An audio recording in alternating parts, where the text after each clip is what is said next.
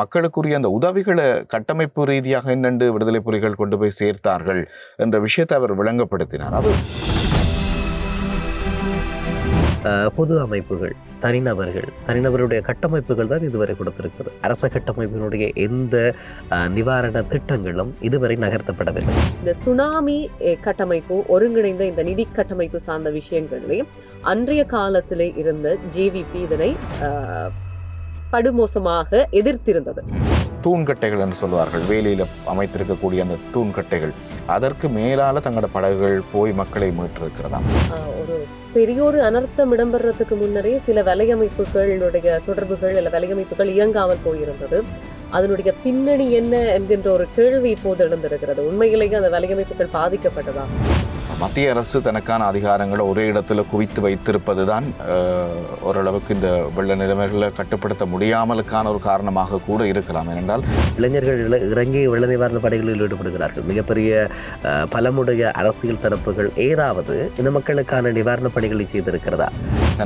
தனக்கான மதுவை வாங்குவதற்காக நிவாரணப் பொருட்களை நிறைய வாங்கி சேர்த்து கொண்டு இந்த நிவாரணப் பொருட்களை எடுப்பீர்களா ஒரு விலைக்கென்று கேட்கின்ற அளவுக்கு யாழ்ப்பாணத்தில் நிவாரண பொதிகள் சில இடங்களில் குவிந்திருக்கிறது.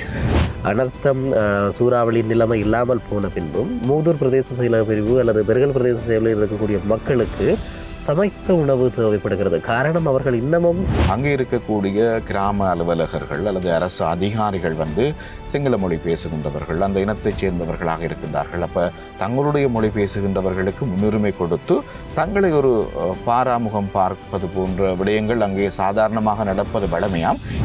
அனர்த்தம் தொடர்பான சரியான எதிர்வு கூறல்கள் மேற்கொள்ளப்படவில்லை என்ற குற்றச்சாட்டுகள் இருந்தது. அந்த மக்களோடு உரையாடுகின்ற பட்சத்தில் அந்த மக்கள் எப்படியான விடயங்களை வெளிப்படுத்துகிறார்கள்? இடரற்ற உறவுகளுக்கு உதவ கரம் கொடுப்போம். தாயகத்தில் இயற்கை இடர்களால் அல்லலுறும் வடக்கு, கிழக்கு, மலையக மக்களுக்கான ஐபிசி தமிழின் உறவு பாலம் வெள்ள நிவாரண பணி. தொடர்புகளுக்கு 0044 78 32 76 95 22 மற்றும் 0094 77 137 73 06. வணக்கம், இது ஐபிசி தமிழின் முப்பரிமாணம். மீண்டும் ஒரு முப்பரிமாணம் நிகழ்ச்சியிலே மிக முக்கியமான விடயத்தோடு உங்களை சந்தித்திருக்கின்றோம். இலங்கை மண் வரலாறு காணாத மிக பெரும் இயற்கை பேரிடருக்கு முகம் கொடுத்திருக்கிறது. இந்த பேரிடரிலிருந்து மெதுவாக மீண்டு கொண்டிருக்கிறது இலங்கை மண். பல்வேறு நாடுகளில் இருந்து உதவிகள் கிடைக்க பெற்றுக் கொண்டிருந்தாலும் இன்னும் இந்த உதவிகள் சரியான முறையிலே சென்று சேராத ஒரு நிலைமை இருக்கிறது. அரசாங்கத்திடமிருந்து ஒரு உதவியை பெறுவதற்கு பல்வேறு படிமுறைகள் இருக்கிறது. அந்த படிமுறைகளுக்கூடாக இந்த உதவிகள் சென்று சேர்வதற்கு நீண்ட காலம் தேவைப்படலாம். இந்த நிகழ்ச்சி பதிவு செய்யப்படும் வரை, இந்த நிகழ்ச்சியின் 4ஆம் தேதி பதிவு செய்யப்படுகின்றது. 3ஆம் தேதி மாலை நிலவரப்படி 479 உயிரிழப்புகள் பதிவாகி இருக்கிறது. 350 பேர் குறித்த தகவல்கள் இதுவரைக்கும் வெளியாகவில்லை. அவர்கள் காணாமல் போயிருக்கிறார்கள். அவர்களுக்கு என்ன ஆனது என்ற தகவல்கள் இதுவரைக்கும் வெளியாகவில்லை. 51,765 குடும்பங்களைச் சேர்ந்த 1,88,974 பேர் 1347 பாதுகாப்பு மையங்களிலே தங்க வைக்கப்பட்டிருக்கிறார்கள். 22 நிர்வாக மாவட்டங்கள் அனர்த்தம் இடம்பெற்ற மாவட்டங்களாக பிரகடனப்படுத்தப்பட்டு வர்த்தமானி வெளியிடப்பட்டிருக்கிறது.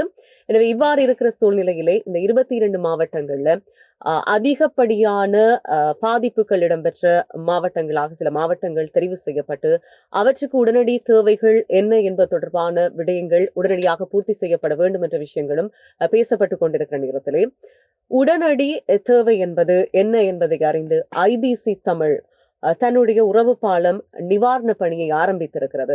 எங்களுடைய புலம்பெயர் தேசத்தில் இருந்து உள்நாட்டில் இருந்து ஏராளமானவர்கள் இந்த உறவு பாலம் நிவாரண பணிக்கு தங்களுடைய பங்களிப்பை செய்து கொண்டிருக்கிறார்கள். எங்களுடைய குழுவினர் இதுவரைக்கும் முல்லைத்தீவு, மன்னார் மாவட்டங்களுக்கு சென்றிருக்கிறார்கள். அங்கே இருக்கிற மக்களை சந்தித்து அவர்களுக்கான உதவி பொருட்கள் வழங்கப்பட்டிருக்கிறது.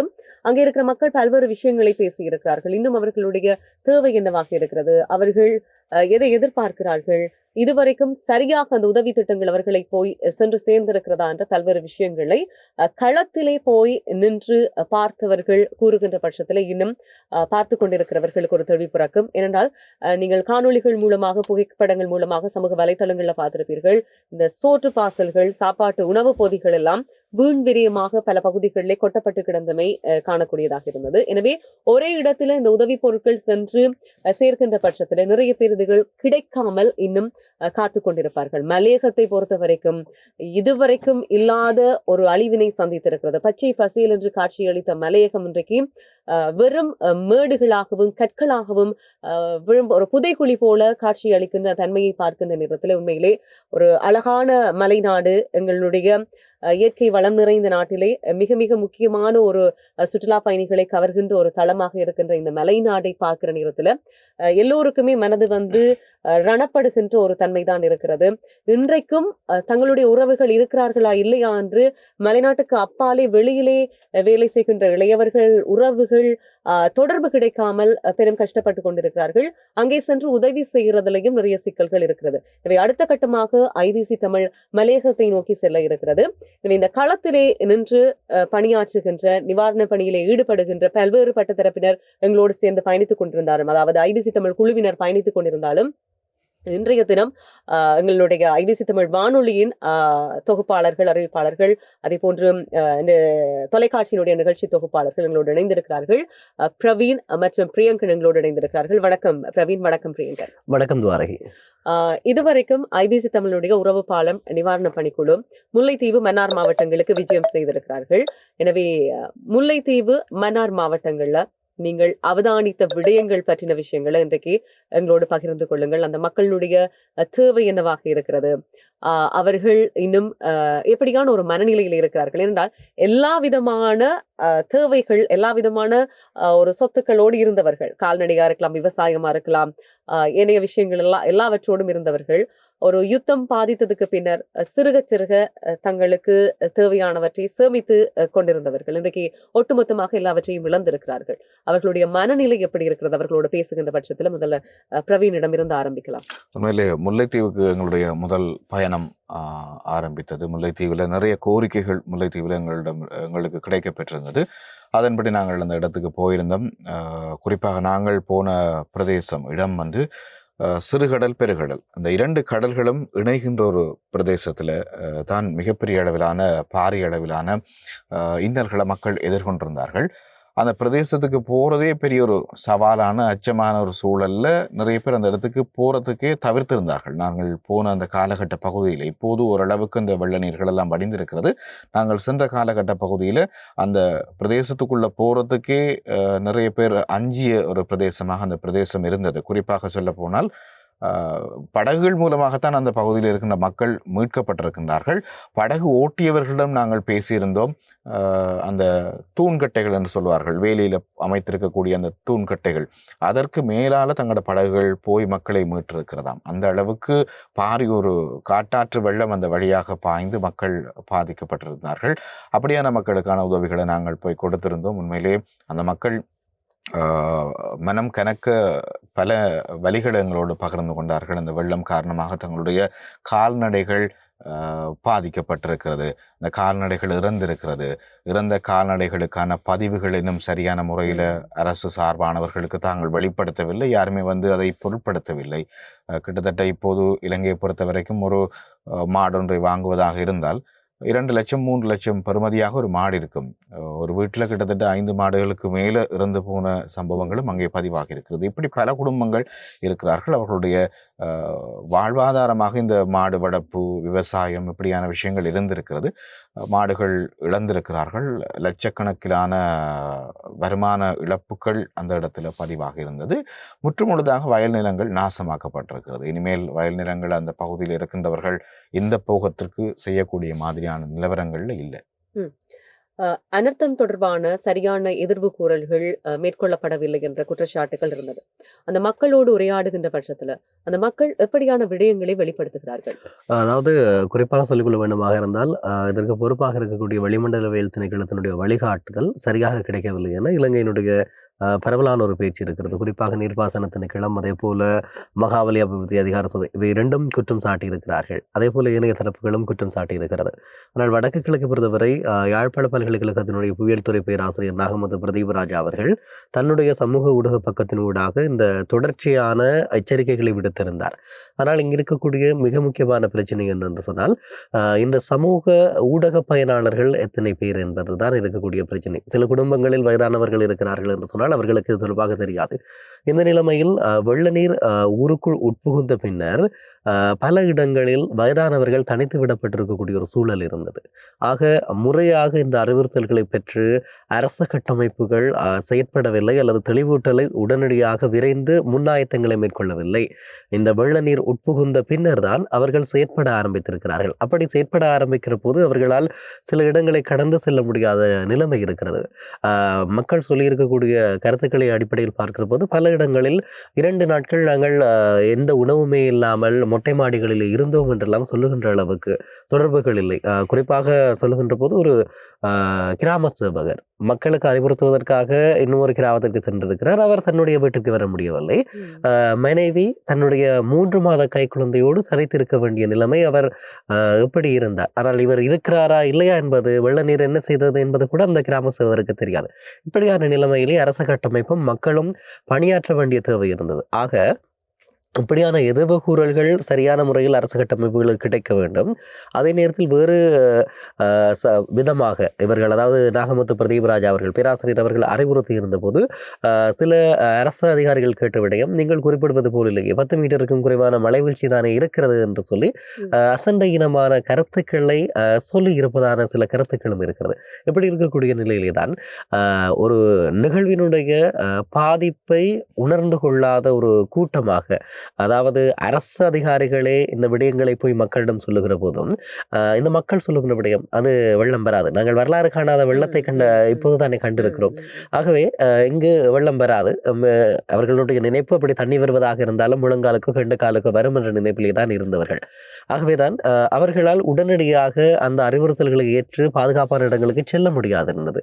மழை வந்ததன் என்பதாக நாங்கள் நேற்றைய தினம் சென்றிருக்கக்கூடிய தொழில்நுட்ப கல்லூரிக்கு அந்த மக்கள் வருகிற போது தொழில்நுட்ப கல்லூரியினுடைய 1வது தளம் முழுமையாக மூடப்பட்டிருந்ததா. ஆக இந்த விவகாரத்தில் இலங்கையினுடைய வளிமண்டலவியல் திணைக்களம் தன்னுடைய எதிர்வு கூறல்களை சரியான முறையில் செய்யவில்லை. அதாவது துறை சார்ந்தவர்களுடைய கணிப்புப்படி இந்த பிரதேசத்தை ஊடறுத்து சென்ற காற்று மீண்டும் அந்த பகுதியில் காற்றழுத்தம் வரும் என்று தெரிந்தும் அது தொடர்பாக அதனை ஊகிக்கக்கூடிய அளவில் இருக்கவில்லை. உதாரணமாக சொல்லிக்கொள்ள வேண்டுமாக இருந்தால் ஜமைக்காவிலே மெலிசா என்று சொல்லக்கூடிய புயல் சமகாலத்திலே வீசி இருக்கிறது. அது 180 கிலோமீட்டர் வேகத்திலே வீசி இருந்தது. ஆனால் இலங்கையிலே இருக்கக்கூடிய இந்த புயல் காற்று ஊடறுத்து செல்வது வெறுமனே 70 கிலோமீட்டர். ஆனால் இங்கே மிகப்பெரிய ஒரு ஆபத்தையும் உயிரிழப்புகளையும் சேதங்களையும் மக்கள் எதிர்கொண்டிருக்கிறார்கள். ஆனால் ஜமைக்காவில் அப்படியான இழப்புகள் ஏற்படவில்லை. அப்படியாக இருந்தால் சரியான வழிகாட்டுதல்களை வழங்கக்கூடியவர்கள் முன்னறிவித்தல்களை சரியாக வழங்கவில்லை என்றுதான் பலருடைய குற்றச்சாட்டும் இருந்து கொண்டிருக்கிறது. இது இவ்வாறு இருக்க, இந்த தொலைத்தொடர்பு சார்ந்த விஷயங்களுக்குள்ள வந்தா ஒரு பெரியோரு அனர்த்தம் இடம்பெறதுக்கு முன்னரே சில வலையமைப்புகளுடைய தொடர்புகள் இல்ல வலையமைப்புகள் இயங்காமல் போயிருந்தது. அதனுடைய பின்னணி என்ன என்கின்ற ஒரு கேள்வி இப்போது எழுந்திருக்கிறது. உண்மையிலேயே அந்த வலையமைப்புகள் பாதிக்கப்பட்டதா, இல்லாவிட்டால் அதற்குள்ள ஏதாவது அரசியல் காரணங்கள் இருக்கிறதா என்ற ஒரு கேள்வி இப்போது மக்கள் மத்தியிலையும் எழுந்திருக்கிறது. இனி வர்ற காலத்துல இப்படியான மக்கள் அனர்த்தங்களிலே சிக்கி இருக்கிற நேரத்துல சரியாக செயற்பட முடியாத இந்த கட்டமைப்புகள், தொலைத்தொடர்பு கட்டமைப்புகள் தொடர்பாக அரசாங்கம் நிச்சயமாக கவனம் செலுத்த வேண்டியிருக்கிறது. என்றால் இந்த தொலைத்தொடர்பு கட்டமைப்பு சரியாக இயங்கி இருக்கிற பட்சத்துல ஏதோ ஒரு விஷயத்த மக்களுக்கு கொண்டு சேர்த்திருக்கலாம். அது சமூக வலைத்தளங்கள் வாயிலாகவோ இல்லாவிட்டால் ஊடகங்கள் ரீதியாகவோ இந்த மின்சாரம் சில இடங்களில் தடைப்பட்டிருந்தது. அதே போன்று இணையதள வசதிகள் சிலர் நேரடி தொலைபேசிகளை ஏற்படுத்தக்கூடியதாக இருந்தது, அதுவும் தெளிவில்லாமல் இருந்தது. இணையதள வசதிகள் முற்றுமுழுதாக பாதிக்கப்பட்டிருந்தது. எனவே ஒரு வலையமைப்பை நம்பி இருக்கிற மக்கள் முற்றுமுழுதாக கைவிடப்பட்ட ஒரு சூழல் தான் அந்த நேரத்திலே உருவாகி இருந்தது. நிறைய பேர் மக்களை நையாண்டித்தனமாக பேசியிருந்தார்கள்.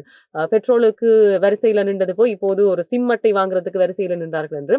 அந்த மக்களிட மனநிலையில நின்று பார்த்தால் ஒரு அப்பா வவுனியாவில் இருந்திருப்பார், அம்மா ஏதோ ஒரு தேவைக்காக கொழும்புக்கு சென்றிருப்பார். அவர்களோடு தொடர்பினை ஏற்படுத்த வேண்டும் என்று சொன்னா என்ன வழியில் ஏற்படுத்துறது, என்ன நடந்து கொண்டு இருக்கிறது நாட்டுல என்பதை தெரிய வேண்டும் என்று சொல்லி சொன்னா இன்னைக்கு உடனடியாக நாங்கள் இந்த சமூக வலைத்தளங்களை தான் நாடுறோம் எல்லாருமே.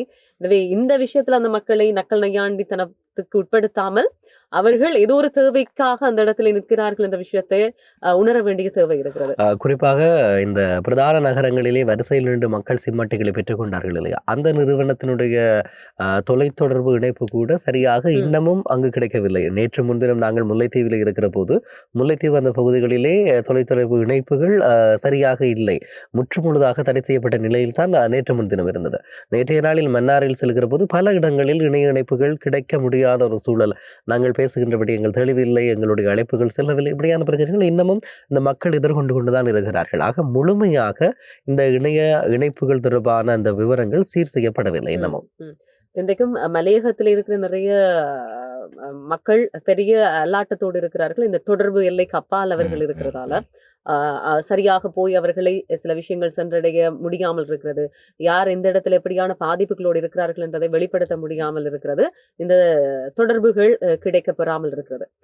இன்னொரு விடயம் துவாரகி, நேற்றைய நாளில் இந்த மன்னார் மண்ணில் நாங்கள் பேசுகின்ற போது முன்னாள் போராளி ஒருவர் எங்களோடு பேசியிருந்தார். அவர் சொல்லியிருந்த பகிர்ந்திருந்த விஷயங்கள் உண்மையிலே நாங்கள் சிந்திக்க வேண்டிய ஒரு விடயங்கள்.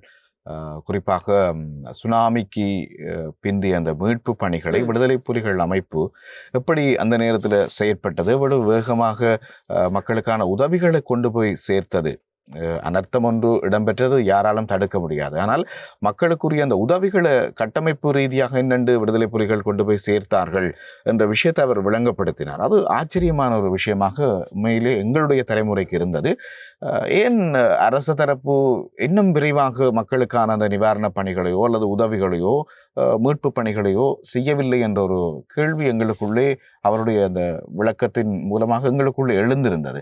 அந்த நேரத்தில் தான் ஒரு விஷயம் எங்களுக்கு விளங்கியது. இந்த புயல் மாகாண சபைகளுக்கான அதிகாரங்கள் ஓரளவுக்கு எங்களுக்கு பிரித்து தந்திருந்தால் நாங்கள் விரைவுபடுத்தி எங்களுடைய மக்களுக்கான அந்த நிவாரணப் பணிகளையோ மீழ்ச்சிகளையோ கொடுத்திருக்கலாம் என்ற ஒரு சிந்தனை அந்த இடத்துல தோன்றுவதற்கான ஒரு வாய்ப்பு அவருடைய பேச்சாக இருந்தது. நிச்சயமாக குறிப்பிட்டு சொல்லிக்கொள்ள வேண்டுமாக இருந்தால் ஜனாதிபதி பேரிடர் நிலைமையை அறிவிக்கின்ற வரை பிரதேச செயலகங்களுக்கு கூட இந்த நிதியை பயன்படுத்த முடியாத ஒரு நிலை இருக்கிறது. அதாவது அவசரகால நிலையின் போதுதான் இந்த நிதியை அவர்கள் பயன்படுத்தக்கூடிய அதிகாரம் இருக்கிறது. ஜனாதிபதி புயல் இடம்பெற்று 3 நாட்கள் அந்த நிலைமை ஆரம்பித்து 3 நாட்களுக்கு பின்புதான் இந்த அவசரகால நிலைமையை பிரகடனப்படுத்தக்கூடிய நிலைமை இருந்தது.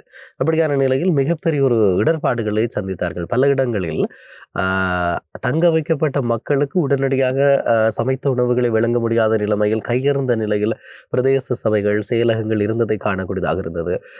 மூதூரிலே, அதாவது கங்குவேலி பிரதேசத்தை சேர்ந்திருக்கக்கூடிய பெண்மணி ஒருவர் தோப்பூரிலே ஒரு இடைத்தங்கள் முகாமிலே கொண்டு அமர்த்தப்பட்டிருக்கிறார்கள். சுமார் 200க்கும் மேற்பட்டவர்கள் அந்த இடங்களில் அமர்த்தப்பட்ட போது அந்த பெண் கூறிய வார்த்தைகள், எங்களை கொண்டு வந்து இங்கே வைத்தார்கள், எங்களுக்கு எதுவுமே வழங்கப்படவில்லை, அப்படியாக இருந்தால் ஏன் எங்களை இங்கே கொண்டு வந்தீர்கள், நாங்கள் எங்களுடைய சொந்த காசை கொண்டு, எல்லோரிடமும் அந்த நேரத்தில் காசு இருக்கிறதா என்ற ஒரு கேள்வி இருக்கிறது இல்லையா. அன்றாட கூலி தொழிலாளர்கள், பின்தங்கிய மக்கள் வாழக்கூடிய பிரதேசங்கள் அவை, அவர்கள் தங்களுடைய பணத்தை கொண்டு போய் தோப்பூரில் இருக்கக்கூடிய வர்த்தக நிலையங்களில் கொடுத்து தங்களுக்கு தேவையான சாப்பாடுகளை வாங்கி கொண்டு அந்த இடைத்தங்கள் முகாமிலே இருந்து சாப்பிட வேண்டுமாக இருந்தால் அரச கட்டமைப்பு ஏன் நாங்கள் இதனை எல்லாம் முன்னின்று செய்கிறோம் என்று சொல்ல வேண்டும் என்ற கேள்வி இருக்கிறது.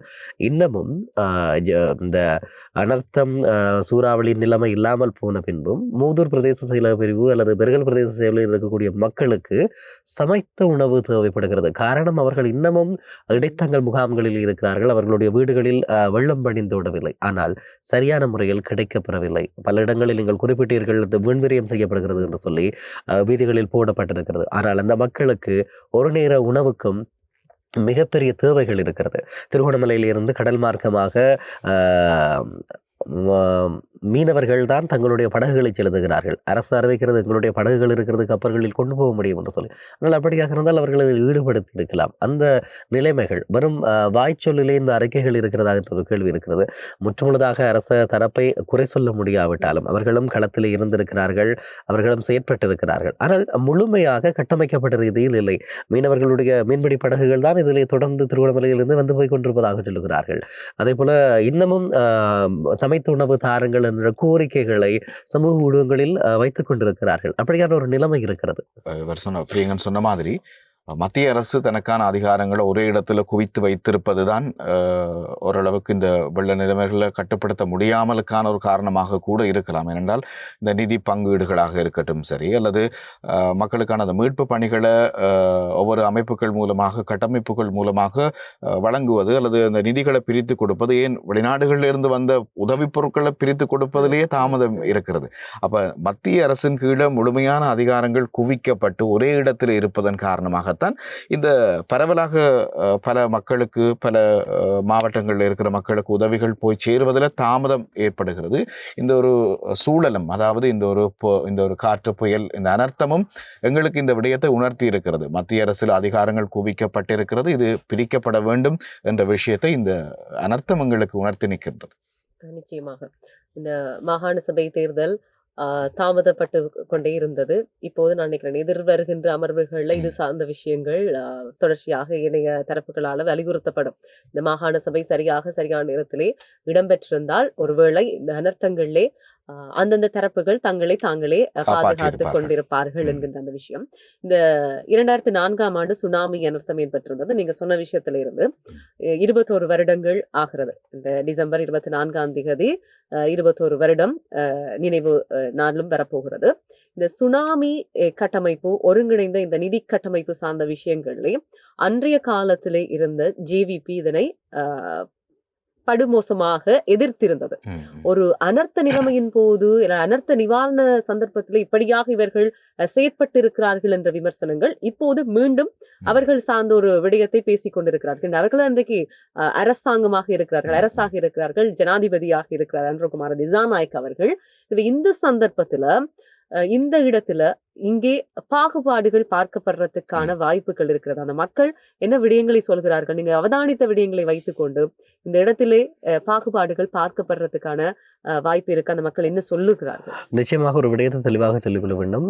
ஊடகங்கள் சொல்லுவது அல்லது அந்த நாட்டிலே இருந்து வந்தது, இந்த நாட்டிலே இருந்து வந்தது, அங்கே இருந்து வந்தது, இத்தனை தொகையை கொடுத்திருக்கிறார்கள். ஆனால் மக்களிடம் நாங்கள் அறிந்த வரையில் சென்றிருக்கக்கூடிய நிவாரண பொதிகள், பொது அமைப்புகள், தனிநபருடைய கட்டமைப்புகள் தான் இதுவரை கொடுத்திருக்கிறது. அரச கட்டமைப்பினுடைய எந்த நிவாரண திட்டங்களும் இதுவரை நகர்த்தப்படவில்லை. அப்படியாக இருந்தால் அது எங்கே செல்ல போகிறது என்ற ஒரு கேள்வி இருந்து கொண்டிருக்கிறது. ஆக புலம்பெயர் தேசத்தில் இருக்கக்கூடியவர்கள் ஒரு சிலர் சொல்லுகிற விடயம், எங்களுக்கு சரியான ஒரு அரசு அமைந்திருக்கிறது, நாங்கள் அரசினூடாகவே செய்து கொள்கிறோம், நீங்கள் தாராளமாக அதிலே மாற்ற கருத்தில்லை, நீங்கள் ஆரவுடனாக இருந்தாலும் மக்களுக்காக, இடருற்றிருக்கக்கூடிய மக்களுக்காக உங்களுடைய உதவிகளை செய்யுங்கள், அதுதான் எங்களுடைய விரியமான வேண்டுகோள். ஆனால் அந்த வழங்கப்படுகின்ற நிதி உண்மையில் பாகுபாடற்றதாக பிரயோகிக்கப்படுமா என்ற ஒரு கேள்வி இருக்கிறது. வெறும் பேச்சளவிலே தான் இன மதங்களை தோற்கடித்த அரசாக இது இருக்கிறதா என்ற கேள்வியை தான் இது ஏற்படுத்துகிறது. காரணம், நான் அறிந்த வரையில் இந்த முல்லைத்தீவு மன்னாராக இருக்கலாம், அரச கட்டமைப்பு சார்ந்த நிவாரண பொதிகள் இதுவரை வரவில்லை.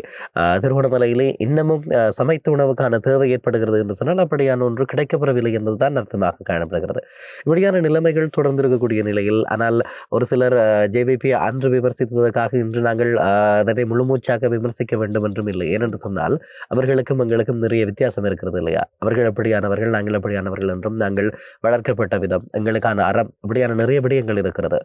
அதாவது ஒரு காலகட்டத்திலே இரணைமடு குளத்தை உடைத்து நாங்கள் சண்டையை எங்கள் பக்கமாக கொண்டு வரலாம் என்கின்ற போது, இல்லை அது ஒரு அறம் அல்ல, போரிட்டு வெல்ல வேண்டுமே தவிர நீரினால் கொல்லக்கூடாது என்று சொன்ன ஒரு வழிகாட்டியினுடைய வளர்ப்பில் இருந்தவர்கள் இப்படியாக பேசக்கூடிய நிலைமை இருக்காது என்பதுதான் இங்கு குறிப்பிட வேண்டிய ஒரு விடயமாக இருக்கிறது. இன்னொரு விடயம் பிரியங்கன், அதாவது இந்த பாரபட்சம் என்ற ஒரு விஷயத்தை துவாரகி பேசியிருந்தா, அழைப்புகள் எங்களுக்கு நிறைய மலையகத்திலிருந்து இப்போது வந்து கொண்டிருக்கிறது. மலையகத்தில் ஒரு குற்றச்சாட்டு மக்கள் மத்தியில் இருக்கிறது என்னென்று சொன்னால், மலையகத்தில் இந்த பல மக்கள் மூவின மக்களும் வாழ்கின்ற ஒரு பகுதிகளாக பல இடங்கள் இருக்கிறது மலையகத்தில். அதிலும் குறிப்பாக தமிழர் பிரதேசங்களிலும் இருக்கிறது. சின்ன சின்ன கூட்டங்களாக தமிழர் தனித்து வாழக்கூடிய இடங்களும் இருக்கிறது மலையகத்தில். அப்படியானவர்கள் எங்களோடு பேசுகின்ற போது சொல்லுகின்றார்கள் என்றால், அங்கே இருக்கக்கூடிய கிராம அலுவலகர்கள் அல்லது அரசு அதிகாரிகள் வந்து சிங்கள மொழி பேசுகின்றவர்கள், அந்த இனத்தைச் சேர்ந்தவர்களாக இருக்கின்றார்கள். அப்ப தங்களுடைய மொழி பேசுகின்றவர்களுக்கு முன்னுரிமை கொடுத்து தங்களை ஒரு பாராமுகம் பார்ப்பது போன்ற விடயங்கள் அங்கே சாதாரணமாக நடப்பது வழமையாம். இந்த அனர்த்தத்திலும் அப்படியான ஒரு சூழல் அங்கே இருக்கிறது என்ற விடயத்தை அவர்கள் தொலைபேசி மூலமாக அனர்த்த நிலைமைகள் எங்களுக்கு அறிவிக்கும் போது எங்களோடு பேசிய விஷயங்கள் இது. அப்படியான சம்பவங்களும் ஓரளவுக்கு அங்கே நடப்பதற்கான சாத்தியக்கூறுகள் இருக்கிறது. பாராபட்சம் பார்க்கக்கூடிய இந்த நிவாரணங்கள்ல பிரியங்கன் சொன்ன மாதிரி பொது அமைப்புகளால் வழங்கப்படுகின்ற நிவாரணங்களும் அங்கே இருக்கக்கூடிய கிராம சேவகர்கள் ஊடாகத்தான் அது வழங்கப்படும். அப்ப அப்படியான நேரத்தில் அதுக்குள்ள பாராபட்சம் பார்க்கின்ற மாதிரி ஒரு நிலவரங்களும் அங்கே பதிவாக இருக்கு. அதே நேரம் இன்னொரு விடயத்தையும் சொல்லிக்கொள்ள வேண்டும். பிரவீன் சொன்னது போல சிங்கள அதிகாரிகள் இருக்கிறார்கள், அவர்களுக்கு தமிழ் தெரியாது, தமிழ் தொடர்பாடல் இல்லை. இந்த அறிவிப்புகள் வந்து கொண்டிருந்த நேரம் இலங்கை அனர்த்தம் மிக மோசமாக தாக்கி கொண்டிருந்தது, மக்கள் பாதிக்கப்பட்டு கொண்டிருந்தார்கள். அந்த நேரமும் இலங்கையினுடைய நீர்ப்பாசன திணைக்களத்தினுடைய அறிவிப்புகள் சிங்கள மொழியில் வந்து கொண்டிருந்தது. ஆக இங்கு தமிழ் மக்கள் இருக்கிறார்கள் என்பதற்காக அவர்களுடைய உயிர் ஒரு பொருட்டாக கூட தெரியவில்லை.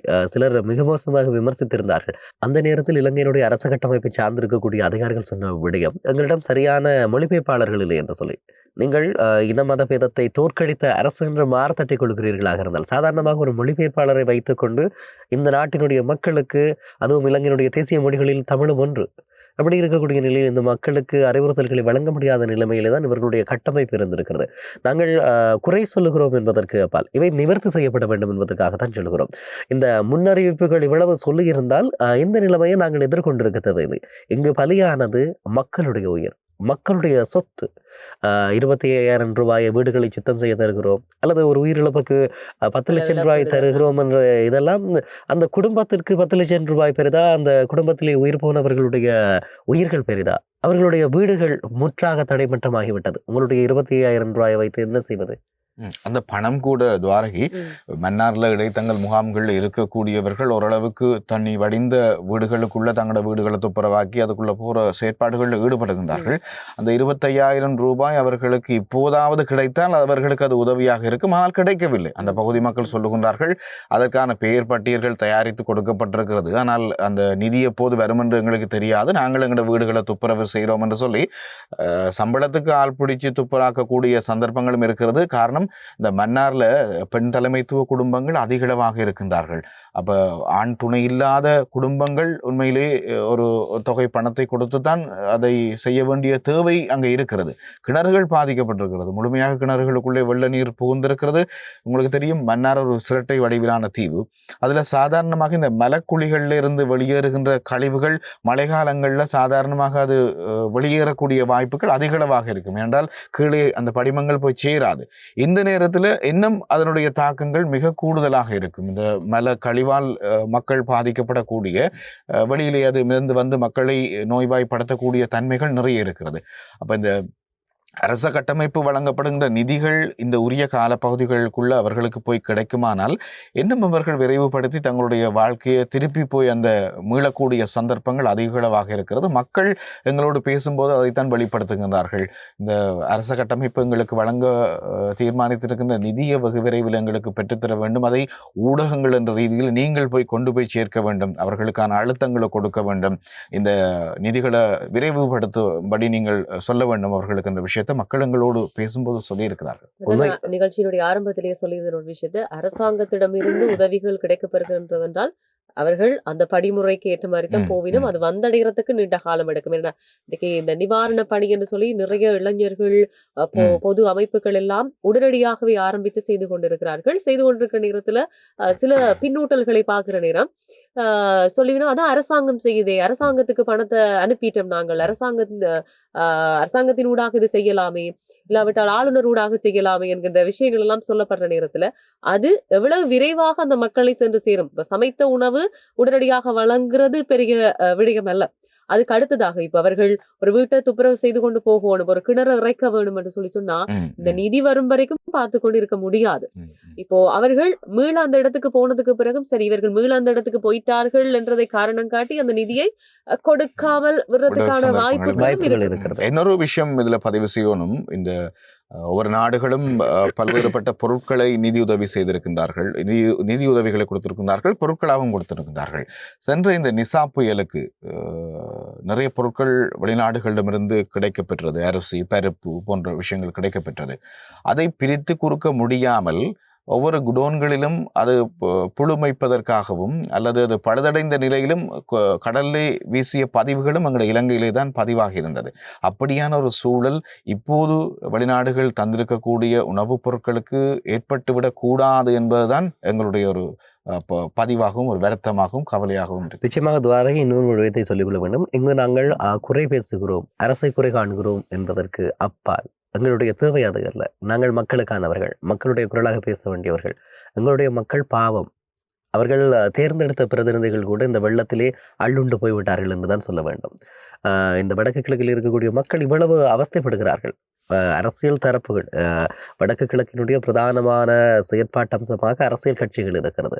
இளைஞர்கள் இறங்கி வெள்ள நிவாரண படைகளில் ஈடுபடுகிறார்கள். மிகப்பெரிய பலமுடைய அரசியல் தரப்புகள் ஏதாவது இந்த மக்களுக்கான நிவாரண பணிகளை செய்திருக்கிறதா அல்லது நாடாளுமன்ற உறுப்பினர்கள் இந்த நிவாரண பணிகளை செய்திருக்கிறார்களா சொல்லிக் கொள்கின்ற அளவுக்கு தமிழரசு கட்சியினுடைய பாராளுமன்ற குழு தலைவர் ஸ்ரீதரன் அவர்கள் அந்த இடங்களை பார்வையிட்டார் என்றுதான் பதிவுகள் இருக்கிறது. இந்த மக்களுக்காக என்ன செய்தார் என்ற ஒரு கேள்வி இருக்கிறது. அதை தாண்டி ஒரு இடர் வருகிற போது அந்த மக்களோடு துணை நிற்க வேண்டிய நாடாளுமன்ற உறுப்பினர்கள் கொழும்பிலே தங்களுடைய வீடுகளிலே இருந்து தங்களுடைய வலைவழித்தளங்களிலே பதிவேற்றிக் கொண்டிருக்கிறார்கள். வெள்ளம் இருக்கிறது, வர முடியாது என்று சொல்லி. நீங்கள் இந்த மக்களுடைய பிரதிநிதிகளாக இருந்தால் நீங்கள் இந்த மக்களோடு இருந்திருக்க வேண்டும் இல்லையா? மக்கள் தாங்கள் தெரிவு செய்த தங்களுடைய குரலாக தங்களுக்காக இருப்பார்கள் என்றவர்கள் இதுவரை இந்த வெள்ள நிவாரண பணிகள் கடந்த காலங்களில் செயற்பட்ட அளவுக்கு கூட இந்த காலப்பகுதியில் செயற்படவில்லை என்ற ஒரு குற்றச்சாட்டு மக்களால் பரவலாக முன்வைக்கப்படுகிறது. தமிழ் மக்கள், குறிப்பாக தமிழ் மக்களை நாங்கள் சொல்ல வேண்டிய தேவை இருக்கிறது. ஏனென்று சொன்னால் தமிழ் மக்களுடைய பிரதிநிதிகளிடம் கேட்கக்கூடிய உரிமைதான் எங்களுக்கு இருக்கிறது இல்லையா? பொதுவாக நாங்கள் ஒரு செய்தியாக தெரிவிக்கலாம். ஆனால் மக்கள் சார்ந்து பேசுகிற போது அவர்களுடைய பிரதிநிதிகள் எங்கே என்ற கேள்விக்கு நாங்கள் என்ன பதில் சொல்வது என்று தெரியவில்லை. இன்னொரு விடயத்தையும் பதிவு செய்ய வேண்டும். அதாவது அரசால் அறிவிக்கப்பட்ட நிவாரண தொகைகள்ல குறிப்பாக 10,000 தொடக்கம் 50,000 வரையிலான நிவாரண தொகைகளை பெறலாம் என்ற ஒரு அறிவிப்பு வெளியாக இருக்கிறது. யார் யாருக்கான அந்த தகுதிகள் இருக்கிறது என்ற பட்டியலையும் சொல்லி இருக்கின்றார்கள். வெள்ளத்தால் வீடு சேதமடைந்தவர்கள் இதை பெற்றுக்கொள்ளலாம். அதே மாதிரி வீட்டுப் பொருட்கள் சேதமடைந்தவர்கள் இதை பெற்றுக்கொள்ளலாம். வாழ்வாதாரம் பாதிக்கப்பட்டவர்கள் இதை பெற்றுக்கொள்ளலாம். பயிர் சேதமடைந்த விவசாயிகள் இதை பெற்றுக்கொள்ளலாம். சிறுதொழில் பாதிக்கப்பட்டவர்கள் இதை பெற்றுக்கொள்ளலாம். காயமடைந்தவர்கள் இதை பெற்றுக்கொள்ளலாம். இதில் குறிப்பாக ஒரு விவசாயம், குறிப்பாக ஒரு 20 பரப்பில் வயல் செய்கிறது என்று சொன்னாலும் இவர்கள் தருகின்ற 10,000 தொடக்கம் 50,000 பணம் என்பது ஆரம்ப கட்ட வேலைக்கு கூட அது காணாத ஒரு விடயம். இதை தாண்டி அதில் வருகின்ற விளைச்சலை விற்று வருகின்ற வருமானம் கிட்டத்தட்ட 1.5 லட்சம் ரூபாய்க்கு மேலப்பட்டதாக இருக்கும். அப்போ இவர்கள் கொடுக்கின்ற 10,000 தொடக்கம் 50,000 தொகை என்பது அது எந்த அளவுக்கு மக்களை திருப்திப்படுத்த போகிறது அல்லது அவர்களுடைய பொருளாதாரத்தை திருப்திப்படுத்த போகிறது என்ற கேள்வி இருக்கிறது. இன்னொரு குற்றச்சாட்டு இல்லாட்டி இன்னொரு விஷயம் முன்வைக்கப்பட்டு கொண்டிருந்தது. யாழ்ப்பாணத்துல ஆரம்பத்துல பதிவு செய்யப்பட்ட தொகையை விட நாளுக்கு நாள் இந்த பாதிக்கப்பட்டவர்களுடைய தொகை அதிகப்படியாக பதிவாகி இருக்கிறதுன்னு ஒரு விஷயம் இந்த அதிகாரிகள் மீதான குற்றச்சாட்டாக சொல்லி இருந்தார்கள். தங்களுக்கு சேர்ந்தவர்கள் தங்கள் சிலர் ஒரு பக்கச்சார்பாக நடந்து கொள்கின்றார்கள் என்ற விஷயம் சொல்லப்பட்டிருந்தது. கிராம சேவையாளர் வேண்டாம் என்று மறுக்கப்பட்டது. இந்த இடத்துல அவ்வளவாக வெள்ளம் இல்லை, உங்களுக்கு தேவையில்லை என்று சொல்லி மறுக்கப்பட்டது. பின்னர் ஒரு பாராளுமன்ற உறுப்பினருடைய தலையீட்டின் மூலமாக பதிவு செய்யல் நடவடிக்கை இடம்பெற்றது என்ற குற்றச்சாட்டுகள் முன்வைக்கப்பட்டிருந்தது. எனவே உண்மையாக பாதிக்கப்பட்டவர்கள் நிறைய பேர் இருக்கிறார்கள். யாழ்ப்பாணத்துல கூட பாதிப்பில்லை என்று சொல்லலாம். ஆனா உண்மையாக கொஞ்சம் பின்னங்கிய கிராமங்களில் இருக்கின்றவர்கள் காக்கைத்தீவு, பொம்மைவெளி, அதே கொட்டடி, சாவக்காடு போன்ற இடங்கள், பூம்புகார் போன்ற பகுதிகள், இன்னும் நிறைய பகுதிகள் இருக்கிறது. எனவே அந்த பகுதிகளில் இருக்கிற மக்களுக்கு உண்மையா இந்த விஷயங்கள் போய் சேர வேணும். அதுவாறு நீங்கள் சொன்ன பகுதிகளில் நான் நினைக்கிறேன், நானும் பிரியங்கனும் அந்த இடங்களுக்கு நேரடியாக போயிருந்தாங்க. இரவு பொழுது கிட்டத்தட்ட 10-10:30 எல்லாம் அந்த இடங்கள்ல நின்றிருந்தாங்க. அந்த புயல் நடந்து கொண்டிருக்கின்ற சூழல் புயல் அன்றைய தினத்திலே உண்மையிலே அந்த பிரதேசங்கள் இயல்பாகவே கொஞ்சம் வறுமைப்பட்டவர்கள் வாழக்கூடிய ஒரு இடம் இயல்பாகவே. ஆனால் யாழ்ப்பாணத்தை பொறுத்த வரைக்கும் இந்த புயலுடைய தன்மை நாங்கள் மலையகத்தை ஒப்பிடும்போது அல்லது மன்னாரோடு ஒப்பிடும்போது கிளிநொச்சி வவுனியாவை ஒப்பிடும்போது அது சாதாரணமான ஒரு விடயமாகத்தான் பார்க்கப்படுகிறது. ஆனால் இப்போது என்னென்று தெரியல, இந்த பொது அமைப்புகள் புலம்பெயர்ந்த தேச நிதிகளை வாங்கி தொடர்ச்சியாக யாழ்ப்பாணத்துக்கான அந்த உதவிகளை தொடர்ந்து செய்து நீங்கள் சொன்னால் நம்ப மாட்டீர்கள், ஒரு பதிவு ஒன்று, இது உண்மையான பதிவு. ஒரு தனி நபர் ஒருவர், நான் இடம் குறிப்பிடவில்லை, அந்த இடத்தைச் சேர்ந்தவர் தனக்கான மதுவை வாங்குவதற்காக நிவாரணப் பொருட்களை நிறைய வாங்கி சேர்த்து கொண்டு இந்த நிவாரணப் பொருட்களை எடுப்பீர்களா ஒரு விலைக்கென்று கேட்கின்ற அளவுக்கு யாழ்ப்பாணத்தில் நிவாரண பொதிகள் சில இடங்களில் குவிந்திருக்கிறது. இதை தயவு செய்து கிராம அலுவலகர்கள் இந்த காணொலியை பார்க்கின்றவர்களோ அல்லது மாவட்டத்துக்கு பொறுப்பானவர்களோ காணும், திருப்தியாக காணும். யாழ்ப்பாணத்துக்கு கொடுத்த அளவுக்கு தேவையில்லாமல் உங்களுடைய பிரதேசத்துக்கு வந்ததையே நாங்கள் அநியாயமா வெளியில விடுவான் என்ற ஒரு காரணத்துக்காகத்தான் உண்மையிலே இந்த அரசு அதிகாரிகள் எங்களுடைய கிராமத்துக்கு எப்படியாவது பெற்றுக் கொடுக்க வேண்டும் மக்களுக்கு என்று சொல்லி வாங்கி கொடுக்குறீங்க. ஆனால் இதே தேவை மலையக மக்களுக்கு இன்னும் இருக்கிறது. நாங்கள் எத்தனை அமைப்புகள் சேர்ந்து செய்தாலும் மலையக மக்கள் இழந்த அந்த விஷயங்களை அவர்களுக்கு மீட்டு கொடுப்பது பாரிய ஒரு காலமாகும். எனவே மலையக மக்களுக்கு மிக பிரதானமாக இந்த உதவிகளை அப்படியே நாங்கள் கொண்டு போய் அந்த பக்கமாக சேர்க்க வேண்டிய ஒரு மிகப்பெரிய பொறுப்பு எங்களிடம் இருக்கிறது. ஏனென்றால் அவர்கள் பட்ட துன்பம், ஒரு 200 ரூபா 300 ரூபா பணத்தை உயர்த்துவதற்கே அவர்கள் போராடிய ஒரு தலைமுறையை அவர்கள் தொலைத்திருந்தார்கள் அந்த கால பகுதி அடைவதற்காக. அப்படியான ஒரு குறிப்பிடப்பட்டிருக்கக்கூடிய ஒரு இனம், அந்த இனத்தினுடைய அந்த கூட்டம், அந்த பகுதி மக்கள் இப்போது எல்லாத்தையுமே தொலைந்திருக்கிறார்கள். குறிப்பாக மலையக மக்களோட வாழ்க்கை தரம் பற்றி உங்களுக்கு தெரியும். எந்த விதமான சேமிப்புகளும் அவர்களிடம் இருந்திருக்காது. அப்போ அந்த ஒரு தருணத்தில் இந்த ஒரு இயற்கை அவர்கள் மீது காட்டிய அந்த சீற்றத்தை அவர்கள் எப்படி தாங்கிக் கொள்ளப் போகிறார்கள், இனி எப்படி அவர்கள் மீண்டெழப் போகிறார்கள் என்ற பெரிய ஒரு கேள்விக்குள்ளே அவர்கள் இருக்கிறார்கள். அந்த உதவிகளை தயவு செய்து அந்த பக்கமாக கொண்டே கொடுங்கோ. காணும், எங்களுக்குள்ளேயும் நிறைய போராளிகள் இருக்கின்றார்கள், பாதிக்கப்பட்டவர்கள் இருக்கின்றார்கள், ஊனமுற்றவர்கள் இருக்கின்றார்கள். ஆனால் இந்த யாழ்ப்பாணத்துக்குரிய பாதிப்பு என்பது ஒப்பிடும்போது குறைந்த அளவிலான பாதிப்பு. மலையகம்தான் மிக பிரதானமாக நாங்கள் பார்வையை மலையக பக்கம் செலுத்த வேண்டும். எங்களுக்கு இடம்பெற்ற பாதிப்பு என்பது மீண்டெழக்கூடிய உடனடியாகவே அதை நிவர்த்தி செய்யக்கூடிய, அல்லது நாங்கள் ஏதோ ஒரு கட்டத்தில் இதனை மீண்டெழுது வைக்க முடியும். ஏனென்று சொன்னால் எங்களுடைய உறவுகள், எங்களுக்குள்ளே இருக்கக்கூடியவர்கள், குறிப்பாக எங்களுக்குள்ளே 2-3 குடும்பங்களுக்கு ஒரு புலம்பெயர் உறவு என்றாலும் இருக்கும். அவர்கள் ஏதோ ஒரு விதத்திலே தங்களை கட்டமைத்துக் கொள்வார்கள். எங்களிடம் சேமிப்புகள் இருக்கிறது, எங்களிடம் அவ்வளவு வறுமைக்குட்பட்டவர்கள் இல்லை. ஆனால் அவர்கள் பிரவீன் சொன்னது போல மலையக மக்களுடைய அன்றாட ஜீவனோபாயம் என்பதே மிகப்பெரிய ஒரு கேள்விக்குரியது. அவர்கள் தங்களுடைய சம்பளத்திற்காக, ஒரு குடும்பத்திலே 6 பிள்ளை இருக்கிறது என்று சொன்னால் இந்த சம்பளம் போதுமானதாக இல்லை. இதை தாண்டி அவர்களுடைய வாழ்க்கை முறை, அவர்கள் கொண்டு வரப்பட்ட 200 ஆண்டுகளாக அவர்கள் இதே வலியையும் வேதனையும் தான் அனுபவித்துக் கொண்டிருக்கிறார்கள். அவர்களுடைய லய குடியிருப்பு தொடர்பாக உங்களுக்கு தெரியும் எப்படியான நிலையில் இருக்குன்னு சொல்லி. அந்த வசதிகளற்ற லயத்தை கூட இப்போது அழித்து விட்டது இயற்கை. இப்படியான ஒரு நிலை இருக்கு. நானும் ஒரு சிலரோடு பேசுகின்ற நேரத்திலே அவர்கள் கூறிய விடயம், கனவு மாதிரி இருக்கு, நடந்த விஷயம் கனவு மாதிரி இருக்கு, ஒரு நொடியில எல்லாமே அழிந்து போனது, கனவு மாதிரி இருக்கு. இன்னும் எங்களுடைய அம்மா அப்பாவோட தொடர்பினை ஏற்படுத்த முடியாம இருக்கு, உறவுகளோடு தொடர்பினை ஏற்படுத்த முடியாது. அறிஞ்சவர்கள் தெரிஞ்சவர்கள் பலர் இன்றைக்கு உயிரோட இல்லை, நிறைய பேர் காணாமல் போயிருக்கணும், மண்ணுக்குள்ளே புதையுண்டு இருக்கிறார்கள் என்று தெரியும், அவர்களை மீட்டெடுக்க முடியாமல் இருக்கு. சில காணொளிகள் பார்த்தோம், இந்த அலவாங்கையும் மண்வெட்டியையும் வச்சுக்கொண்டு என்னென்னு நாங்க இந்த பாறைகளை அகற்றி அந்த உள்ளுக்குள்ள இருக்கிறவரை எடுக்கிறது என்று தெரியாமல் அவர்கள் விம்முகின்ற அந்த காட்சிகள் எல்லாம் கண்டிருந்தோம். எனவே உண்மையில் அந்த இடத்துல நிற்கின்றவர்களுடைய மனம் எவ்வளவு தூரம் கஷ்டப்படும். சில புகைப்படங்கள் எல்லாம் பார்க்கிற நேரத்துல 4 பேர் 5 பேர் ஒன்றாக ஒரே குடும்பத்துல இறந்திருக்கிறார்கள், அவர்களை ஒரே இடத்திலே கொண்டு அடக்கம் செய்கிற அந்த நிலைமைகள்.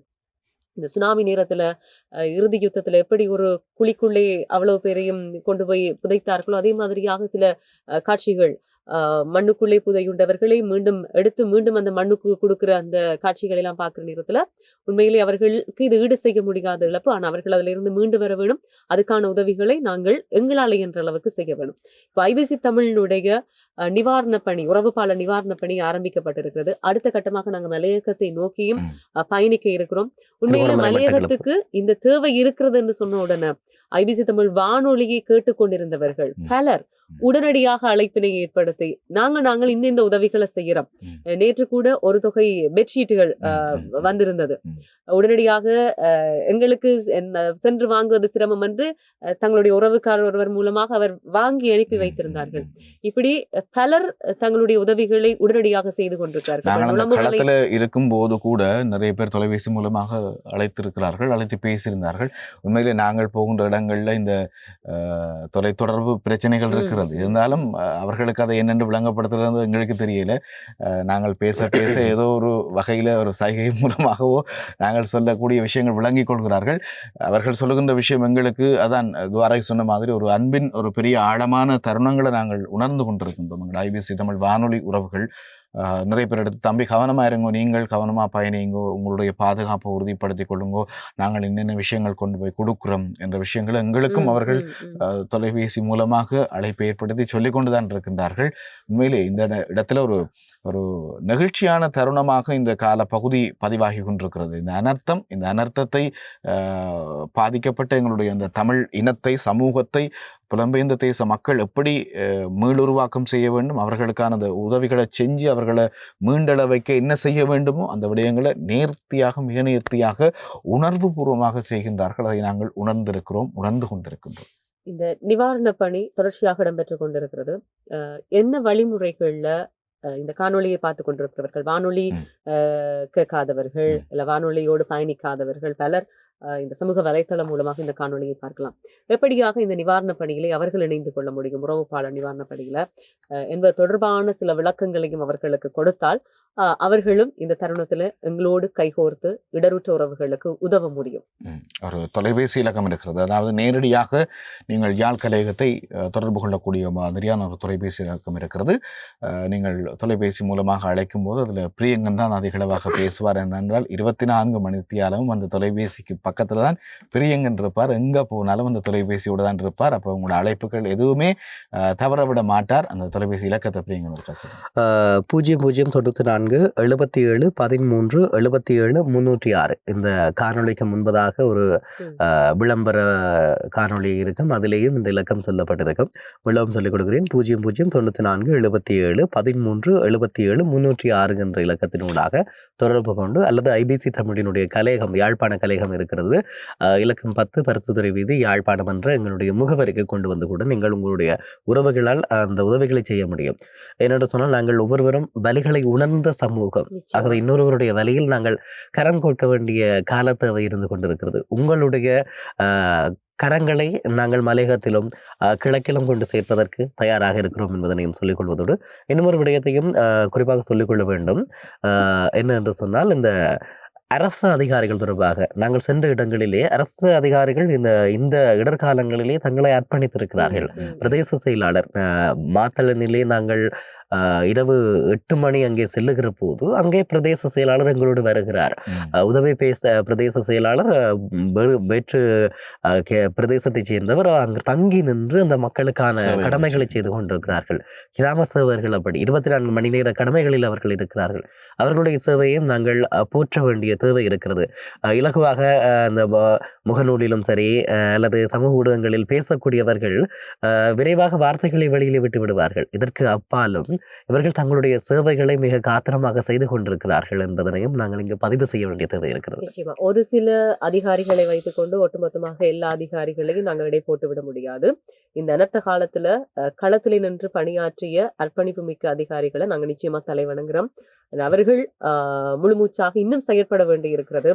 சிலருக்கு இவங்க உடனடியாக செய்ய முடியாம இருக்கு. அரச கட்டமைப்புக்குள்ள இல்ல அரசு அதிகாரியாக இயங்குகின்றவர்களுக்கு சில அழைப்புகள் வர வேண்டும், இல்ல சில அறிவுறுத்தல்கள் வழங்கப்பட வேண்டும். அதற்கு பின்னர் தான் சில செயற்பாடுகளை செய்யக்கூடியதா இருக்கும். நாங்க வெளியில இருந்து கொண்டு உடனடியாக அது செய்யலை இது செய்யலைன்னு சொல்லுவோம். ஆனா அவர்களுக்குள்ள இருக்கிற அந்த நெருக்குவாரம் அவர்களுக்கு தான் தெரியும். அதான் துவாரகை நான் சொன்ன மாதிரி இந்த மாகாண சபைகளுக்கான அதிகாரங்கள் பிரித்து கொடுத்தால் மிக இலகுவாக இருக்கும். நான் நினைக்கின்றேன் இந்த புயலினுடைய தாக்கம் வடமாகாணம் குறிப்பாக எங்களுடைய வடமாகாண அரசியல் களத்திலே ஒரு பெரிய ஒரு தாக்கத்தை செலுத்தலாம். அதே நேரத்தில் ஒவ்வொரு மாகாண சபை தேர்தல்களிலும் இந்த முறை மிகப்பெரிய ஒரு தாக்கத்தை இந்த புயலுக்கு பிந்திய பணிகளாக இருக்கட்டும் அல்லது எங்களுடைய தமிழ் அரசியல் முகங்களுடைய அந்த வகைபங்கில் மிகப்பெரிய ஒரு தாக்கத்தை இந்த முறை செலுத்தும் என்று எதிர்பார்க்கிறோம். ஒரு ஊடகவியலாளர்களாக களத்தில் பணியாற்றக்கூடியவர்களாக நாங்கள் தெரிந்து கொள்ளக்கூடிய விஷயங்கள், மக்கள் வெளிப்படுத்தக்கூடிய விடயங்களிலிருந்து இந்த அரசியல் களம் என்பது வடமாகாண சபையில் இந்த முறை எங்களோட தமிழர் பிரதேசத்தில் குறிப்பாக எங்களோட வடமாகாண சபையில் ஒரு பெரிய தாக்கத்தை செலுத்தும். காரணம் நிறைய இளைஞர்கள் இந்த முறை முன் வந்து இருக்கிறார்கள். அதே நேரத்தில் எங்களுக்கு உதவி புரிய வேண்டிய அரசியல் முகங்கள் பின்னிற்கின்றார்கள் என்ற ஒரு குற்றச்சாட்டு மக்கள் மத்தியில் பலமாக இந்த முறை எழுந்திருக்கிறது. நிறைய பேரை களத்தில காணல, உடனடியாக காணவில்லை. 2-3 நாட்கள் வெள்ளம் வடிந்தோடி புயல் எல்லாம் அமைதிக்கு பிறகு அவர்களை களத்தில காணக்கூடியதா இருக்கிறது. அதுக்கு பிறகுதான் நிவாரணம் கொண்டு வருகிறார்கள். நாங்கள் காலகாலமா உங்களுக்கு நிவாரணம் தாரம் என்று சொல்கிறார்கள் இருக்கிறார்கள். எப்படி இந்த மக்களை இனி வர்ற அனர்த்தத்திலிருந்து பாதுகாக்க வேணும் என்கின்ற ஒரு எதிர்வு கூறலோ இல்லை என்கின்ற ஒரு எதிர்கால திட்டம் இல்லாமல் நாங்கள் ஒவ்வொரு முறையும் உங்களுக்கு வந்து நிவாரணம் தாரம் என்று சொல்கின்ற அந்த பேச்சுக்களை பார்க்கிற நேரத்துல அப்ப எதிர்காலத்திலையும் இன்னொரு அனர்த்தம் வரும், அப்பவும் இந்த மக்கள் போய் அந்த இடத்தங்க முகாம்கள்ல இருப்பார்கள், அப்பவும் போய் நாங்க நிவாரணம் கொடுப்போம் என்ற மாதிரியான பேச்சுக்களாகத்தான் இருக்கிறது. இனியொரு அனர்த்தத்துக்கு இயற்கை அனர்த்தம் என்பது எங்களை மீறி இடம்பெறுகின்றது செயற்பாடு. நிறைய பேர் சொன்னது எங்களுடைய பகுதிகளுக்கு இதுவரைக்கும் அப்படி தண்ணி வந்ததில்லை, வெள்ளம் நின்றதில்லை என்ற விஷயங்கள் தான் சொல்லி இருந்தார்கள். அதே போன்று நிறைய பேர் இந்த கழனி கங்கை அதனை அண்மித்த பகுதிகளில் எல்லாம் இருந்தவர்கள் இதுவரைக்கும் கழனி கங்கை அவ்வாறு நீர்மட்டம் உயர்ந்ததில் எங்களுடைய பகுதிகளுக்கு வெள்ளம் வராது என்று அசண்டையினமாக இருந்தவர்கள். ஜனாதிபதி இன்னொரு விஷயத்தையும் சொல்லியிருந்தார், வெளியேற மாட்டோம் என்கின்றவர்களை வலுக்கட்டாயமாக வெளியேற்றுங்கள் என்கின்ற ஒரு விஷயம் சொல்லப்பட்டிருந்தது. அதே போன்று பாதிக்கப்படாத பகுதிகளில் இருந்து அதிகாரிகள் மக்கள் பாதிக்கப்பட்ட பகுதிகளுக்கு செல்லுங்கள், அங்கே இருக்கிறவர்களுக்கு உதவி புரியுங்கள், அதே மாதிரி பாதிக்கப்பட்ட பகுதிகளில் இருக்கிற சில பொருட்களோ இல்ல விடயங்களையோ ஏனைய பகுதிகளுக்கு கொண்டு செல்லுங்கள் என்கின்ற விஷயங்கள் எல்லாம் பேசப்பட்டிருந்தது. எனவே சில விடயங்கள் நாங்களும் மக்களும் கொஞ்சம் அவதானமாக இருக்க வேண்டும். இப்போ பேராசிரியர் நாகமுத்து பிரதீபராஜ் அண்மையில் ஒரு பதிவிலே இட்டிருந்தார், ஒரு புயல் வருதோ வெள்ளம் வருதோ இது வரும் என்கின்ற ஒரு எதிர்பார்ப்போடு நாங்கள் சில விஷயங்களை செய்து வைத்திருக்க வேண்டும். அது வராவிட்டால் நாங்கள் எங்களை காப்பாற்றிக் கொண்டிருக்கிறோம் என்பதை நாங்கள் உறுதிப்படுத்திக் கொள்ளலாம். ஆனா இது வராது என்கின்ற ஒரு அசண்டை இனத்தோடு இருந்து விடக்கூடாது. அதே மாதிரி ஒருத்தர் கடையில போய் பொருட்களை எல்லாம் வாங்கி வச்சு கொள்ளினோம், பெட்ரோல் அடிச்சு வச்சு கொள்ளினோம், தங்களுக்கு தேவையான விஷயங்களை எல்லாம் நிரப்பி எடுத்துக்கொள்ளினோம், ஏடிஎம்முக்கு போய் பணத்தை எடுத்து வச்சு கொள்ளினோம் என்று சொன்னா அவைகளை வந்து இவர்கள் எப்பவுமே இப்படித்தான் அப்படின்னு ஒரு நையாண்டித்தனமாக பார்க்காம அவர்கள் முன்னாயத்தமாக சில விஷயங்களை செய்து வைத்திருக்கிறார்கள். அவர்களை பார்த்து அதுக்காக செயற்கையான தட்டுப்பாடுகளை ஏற்படுத்தாமல் எங்களுக்கு தேவையானதுகளை நாங்க வாங்கி வச்சு கொள்ளலாம். குழந்தை பிள்ளைகளோடு இருக்கிறவர்கள் இருப்பார்கள், கை குழந்தைகளோடு இருக்கிறவர்கள் இருப்பார்கள். உடனடியாக வெளியில செல்ல முடியாது, ஒரு தேவை என்று சொல்லிச்சுன்னா செல்ல முடியாது. இப்ப எரிவாயு முடிய போகிற நிலைமையில இருக்கிறதா இன்னொரு எரிவாயுவை வாங்கி வைக்கிறதுல ஒரு பிரச்சனையும் இல்லை. ஒரு பிள்ளை அவசரமா ஒரு வைத்தியசாலை கொண்டு போகணும்னா ஒரு கொஞ்சம் எரிபொருளை நிரப்பி வச்சிருக்கிறதுல பிரச்சனை இல்லை. ஒரு அரிசியோ மாவோ வாங்கி வைக்கிறதுல சிக்கல் இல்லை. ஆனா அதுவே ஏனையவர்களுக்கு கிடைக்காம ஒட்டுமொத்தமா நாங்களே வாங்கி வச்சு ஒரு செயற்கை தட்டுப்பாட்டை ஏற்படுத்துகிறது தான் இங்கே ஒரு குற்றமாக இல்லாட்டி ஒரு பிரச்சனையாக பார்க்கப்படுகிறது.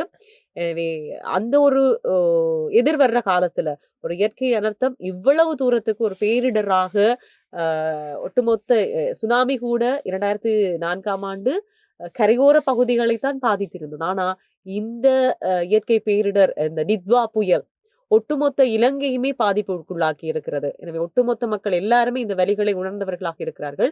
எதிர்வர்ற காலத்துல நாங்கள் இது சார்ந்த ஒரு இயற்கை பேரிடர் எதிர்வு கூறல் மையங்கள் சரியாக இயங்க வேண்டிய தேவை இருக்கிறது.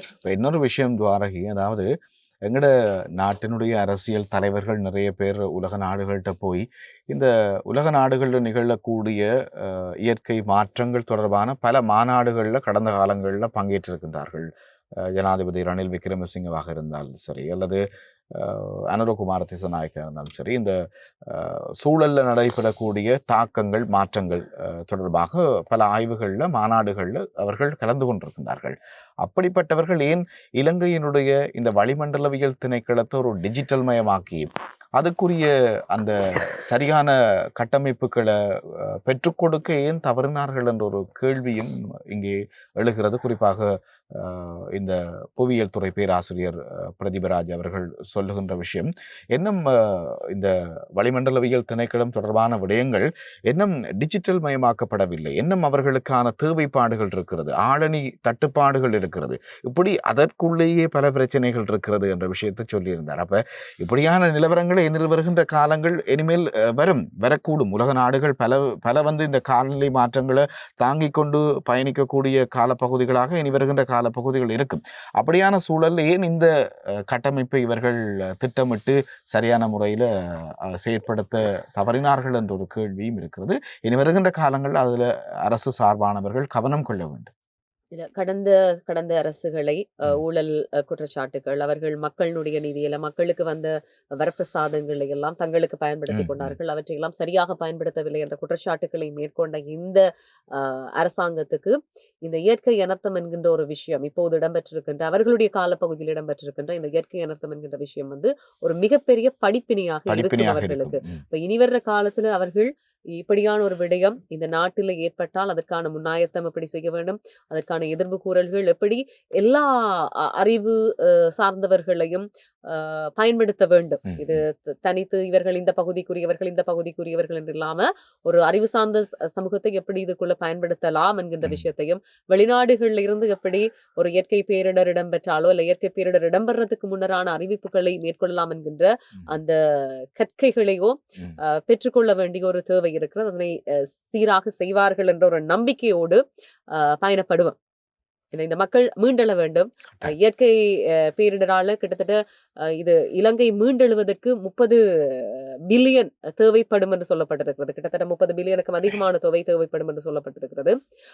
இப்பதான் கொஞ்சம் கொஞ்சமாக இந்த பொருளாதார நெருக்கடியிலிருந்து மீண்டு கொண்டிருக்கிற நேரத்திலே இயற்கை ஒரு பெரிய ஒரு நெருக்கடியை தந்திருக்கிறது. அந்த நெருக்கடியிலிருந்து நிச்சயமாக மீளுவோம் என்கின்ற அந்த நம்பிக்கையோடு பயணப்படுவோம். தொடர்ந்து ஐபிசி தமிழனுடைய உறவு பால நிவாரண பணி தொடர்ச்சியாக இடம்பெறும். கிழக்கு மற்றும் மலையகத்தை நோக்கி எங்களுடைய குழுவினர் செல்ல இருக்கிறார்கள். இந்த குழுவிலே பலர் பயணித்துக் கொண்டிருக்கிறார்கள். எல்லோரையுமே நிகழ்ச்சிக்குள்ள உள்வாங்க முடியாமல் இருக்கிறது. எங்களுடைய நிறுவன தலைவர்ல இருந்து, நிர்வாக அதிகாரியில இருந்து, எங்களுடைய முகாமைத்துவ பணிப்பாளர் முதற்கொண்டு அதை போன்ற அனைத்து மட்டத்திலையும் இருக்கிற முகாமையாளர்கள், பணியாளர்கள் அத்தனை பேருக்கும் நாங்கள் இந்த நேரத்துல நன்றிகளை தெரிவித்துக் கொள்றோம். அர்ப்பணிப்போடு செயற்பட்டுக் கொண்டிருக்கிறார்கள், அர்ப்பணிப்போடு சேவையாற்றி கொண்டிருக்கிறார்கள். அதே போன்று களத்திலே நிற்கின்ற பிரவீன் பிரியங்கன், என்னைய எங்களுடைய தம்பிமார், தங்கைமார், எல்லோரும் அக்காமார் எல்லாருமே சிறப்பாக செயற்பட்டு கொண்டிருக்கிறார்கள். நீங்கள் ஒவ்வொரு இடத்துக்கு போகின்ற நேரத்திலும் உங்களுடைய பாதுகாப்பு என்பதும் மிக மிக அவசியமானது. இந்த எதிர்வு குரல்களை கவனத்தில் கொண்டு மலையக பகுதிகளுக்கு போகிக்க இந்த மண் சரிவு சிவப்பு எச்சரிக்கை என்பது தொடர்ந்து இந்த முறை 3வது முறையாகவும் நீடித்திருக்கிறார்கள். எனவே மலையக பகுதிகளுக்கு செல்கின்ற நேரத்திலே உங்களுடைய பாதுகாப்பு சார்ந்த விடயங்களிலையும் கவனம் செலுத்தி, நீங்கள் மட்டுமில்லை இந்த நிவாரண பணிகளில் ஈடுபட்டு கொண்டிருக்கிற ஏனைய இளைஞர்களும் அதே மாதிரி சில இடங்களுக்கு வெள்ளம் வடிஞ்சிட்டு போகலாம் என்கின்றவர்கள் கூட அந்த இடத்துல இருக்கிற ஏனைய ஆபத்தான நிலைமைகள், இந்த தொற்று நோய்கள் சார்ந்த விஷயங்கள்ல இருந்தெல்லாம் அவர்கள் பாதுகாப்பாக இருக்க வேண்டியிருக்கிறது. எனவே உங்களுடைய பணி தொடரட்டும். ஐபிசி தமிழனுடைய இந்த உறவு பாலம் தொடர்ச்சியாக இந்த நிவாரண பணி இடம்பெறும். எனவே இருவருக்கும் நன்றிகள். இந்த நேரத்தில் இந்த முப்பரிமாண நிகழ்ச்சியில் இணைந்து கொண்டமைக்கு நன்றி துவாரகை. நன்றி நேயர்களே. எங்களுடைய மக்களுக்கான உங்களுடைய கரங்களை தாருங்கள், கொண்டு சேர்க்க தயாராக இருக்கிறோம். மலையக மண் நோக்கிய பயணம் வெகு விரைவில் இடம்பெற இருக்கிறது. எனவே இந்த காணொலியை பார்த்து கொண்டிருக்கின்ற உறவுகள் பகிருங்கள். உங்களால் முடிந்த உதவிகளை எங்களுடைய மலையக மக்களுக்கும் நீங்களும் ஒரு பலத்த கரத்தை எங்களோடு இணைந்து கொடுங்கள். முப்பரிமாணம் நிகழ்ச்சி இன்றைய தினம் இலங்கையிலே இடம்பெற்ற இயற்கை பேரிடர் சார்ந்த விடயங்கள் பற்றி பேசியிருந்தது. அங்கே களத்துக்கு சென்று நிவாரண பணியில ஈடுபடுகின்ற எங்களுடைய குழுவினை சேர்ந்த பிரியங்கம் மற்றும் பிரவீன் இன்றைய நிகழ்ச்சியில் இணைந்திருந்தார்கள். அவர்கள் மக்களோடு பல விஷயங்களை பேசியதிலிருந்து இன்றைய முப்பரிமாணம் நிகழ்ச்சியில சில விடயத்தை எங்களோடு பகிர்ந்திருந்தார்கள். இதுவரைக்கும் 1593 கிலோமீட்டர் தொடருந்து வலையமைப்பிலே 478 கிலோமீட்டர் மட்டும்தான் தற்போது பயன்பாட்டில் இருக்கிறது. போக்குவரத்து, விவசாயம், மீன்பிடி, மின்சாரம் என்று சொல்லி அனைத்து விதமான கட்டமைப்புகளும் பாதிப்படைந்திருக்கிறது. 1777 குளங்கள், 43 அணைகள், 1936 கால்வாய்கள், 328 விவசாய வீதிகள் என்று சொல்லி இவையெல்லாம் பாதிக்கப்பட்டிருக்கிறது. விவசாய திணைக்களம் அறிவித்திருக்கிறது. எனவே இது ஒரு பெரிய ஒரு இழப்பாக அந்தந்த பகுதி மக்களுக்கு அமைகின்றது. 1,37,265 ஏக்கர் விவசாய நிலங்கள், 305 நீர்ப்பாசன கால்வாய்கள் அழிவடைந்திருக்கின்றன. 22 பாலங்கள் அழிவடைந்திருக்கிறது. மின்சார கட்டமைப்பு கிட்டத்தட்ட 35 லட்சத்துக்கும் அதிகமான மின்சார கட்டமைப்பு சேதமடைந்து இப்போது 72% அதிகமான கட்டமைப்புகள் சீரமைக்கப்பட்டிருக்கிறது. எனவே நாடு பெரிய ஒரு இக்கட்டான சூழ்நிலை இருக்கிறது. இதனை மீட்டு கொண்டு வருவதற்கு அரசாங்கம் முயன்று கொண்டிருக்கிறார்கள். ஏனைய உலக நாடுகள் உதவி செய்து கொண்டிருக்கிறார்கள். சிறிய சிறிய நாடுகள் கூட தங்களுடைய கரங்களை தந்திருக்கிறார்கள். அதே போன்று உடனடியாக இந்தியா, பாகிஸ்தான் போன்ற நாடுகள் களத்தில் இறங்கி தங்களுடைய களப்பணியாளர்களை இறக்கி உதவி புரிந்து கொண்டிருக்கிறார்கள். இலங்கை விமானப்படையினர், கடற்படையினர், அதே போன்று இராணுவத்தினர், போலீசார் கூட இந்த உடனடி மீட்பு நடவடிக்கைகளில் எல்லாம் ஈடுபட்டு கொண்டிருக்கிறார்கள். அதே போன்று தன்னார்வ தொண்டர்களாக இளைஞர்கள் ஈடுபட்டு கொண்டிருக்கிறார்கள். எனவே இதுவரைக்கும் உதவி புரியாதவர்கள் தொடர்ந்து IBC தமிழோடு கரம் கோருங்கள். இடருற்ற உறவுகளுக்கான உங்களுடைய அந்த உதவிகளை கொண்டு சேர்ப்பதற்கு நாங்கள், எங்களுடைய குழுவினர் தயாராக இருக்கிறார்கள். மீண்டும் மற்றும் ஒரு முப்பரிமாணம் நிகழ்ச்சியில் சந்திக்கலாம். வணக்கம்.